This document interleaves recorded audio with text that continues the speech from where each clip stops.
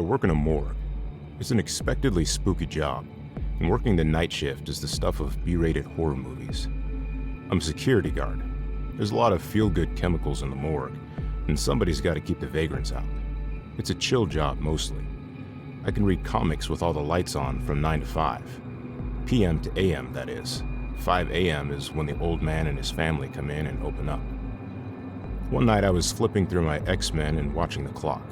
I was trying to use some Professor X-level telepathy to move the hands forward to 5. I heard a rattling in the back room where the bodies are kept in refrigeration. This was pretty normal. The pipes were pretty old and they sometimes made weird noises. When I first started, I always checked it out. It was pretty scary, but now I knew that it wasn't a big deal. 5 AM came and I packed up and left as the old man came in the door. Since I work nights, I sleep through the day most days. I woke up to a call from the old man at like 1. Some of the jewelry one of the bodies was supposed to be buried with was missing. He asked if I knew anything about that. I told him that I hadn't left my guard chair and that nobody had tried to come in last night. He apologized, said he was probably losing it in his old age. I guess he still didn't have the talk yet with his kids. I overheard them talking about how they can get him to retire. Memory loss, reduced mobility, just old people stuff. That night, I came in, said goodnight to the old man and his kids, sat in my chair and cracked open my comic book. A few hours into my shift, I heard the banging again. I figured it would go away soon. It always did. I kept reading, but the banging kept going. Then I heard a crash.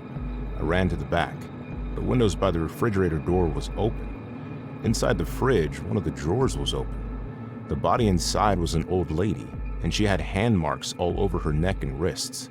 Somebody had pulled the jewelry off her. She was also missing a couple fingers on her hands. I called the cops. After they took their report, the old man thanked me and asked me to take on a couple extra hours. He gave me overtime and a taser. I thanked him, went home, and passed out. I woke up a little early and was nervous to go back. I almost didn't go in. That night I couldn't focus on my comic book. I was listening for the banging. Around 2 AM, I heard it. I ran in the back, taser out in front of me. When I got to the fridge door, I saw her. She seemed pretty young, like early 20s. She looked wild, with brown hair and knots all around her head and rags for clothes. I saw jewelry clutched in her hand. I yelled for her to stop. She turned, smiled, and ran for the window. She was fast. Before I could take a step, she was already crawling out, flashing me one more smile as she slipped out. I called the cops again. They took notes on what she looked like. She must not have gone far. I think the old man knew I would quit. I was pale when he arrived. I've been dodging his calls for a couple days. He's leaving messages asking me to come back and saying he'll give me paid vacation for the days I've missed. I'm not going back, though. It's like I told the police. I saw a wild-looking young woman, and when she saw me, she smiled. And when she smiled, I saw 7 fingers in her teeth. And she bit down. I've been trying to make a little extra cash, so I took a part-time serving job.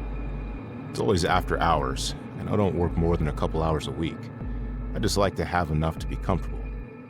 You never know what could go wrong. I liked it. When you rely on serving, you're usually a little unhinged. Something's a little off with all my coworkers, and they can't keep their hands off each other. For me, it's like a little vacation. I get all the gossip and none of the mess. And the managers don't mess with me too much. They know I want the job, but don't need it. I came in one night when one of my favorite coworkers came up to me. She always had a story about someone else and what they were up to. She was funny about it. But that night, she seemed more rattled than usual. She told me about this one customer who always came in at night and requested her table. He always had to ask him to leave, since he would stay at the table all night. I told her I'd keep an eye out tonight and said she should consider carrying some mace or a taser. The shift was pretty normal. Customers always find a way to be a pain, but the tips always added up and side work glided by. My coworker came up to me and said he was still there. I peeked out of the kitchen door with her and saw him. A scruffy white dude with thick glasses and a receding hairline. I don't know if I could pick him out of a crowd. I told her I'd ask him to scram. I went up to him with his check and said we had to close up. Thanks for your business, good night. He seemed pretty annoyed. He asked where she was, and I told him she went home. He grunted and gave me his card. I rang him up as quickly as I could. I checked the receipt later. He didn't tip. I didn't work the next night, but the night after, I saw him when I came in. I also saw my coworker. She was nervous in the corner, talking to the manager. He didn't seem to care that much and walked away to the bar.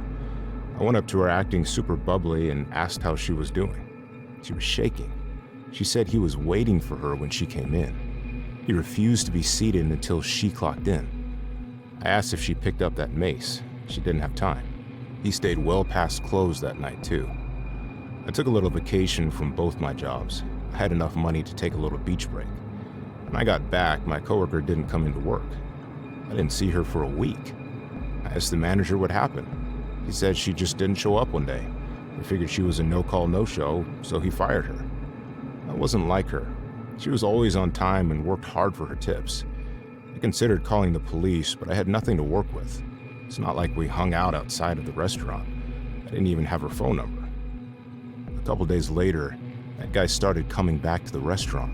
This time, he asked to be seated in my section. If he got there before me, he would wait until I showed up to be seated. I quit immediately. I was a night janitor in a high school for 10 years before I quit. I honestly loved that job. I got to chill out by myself, listening to music and podcasts, and it was pretty easy to pick up where the day janitor left off. It was also really funny finding all the new graffiti. The principal says we at least need to try to remove it, but honestly, I just told her I tried and left it alone. It wasn't coming off, and some of these kids were comedic geniuses. I don't know if it was something to do with the latest look or cosmetic choice, but I started seeing more clumps of hair around the school. They were huge. I found them stuffed under desks, woven into locker vents, and all over the halls. These kids must have lost it, I thought. It was a pain to clean up all the hair, and if it continued for another week or two, I talked to the principal about it. Another week went by, and hair was still all over the place.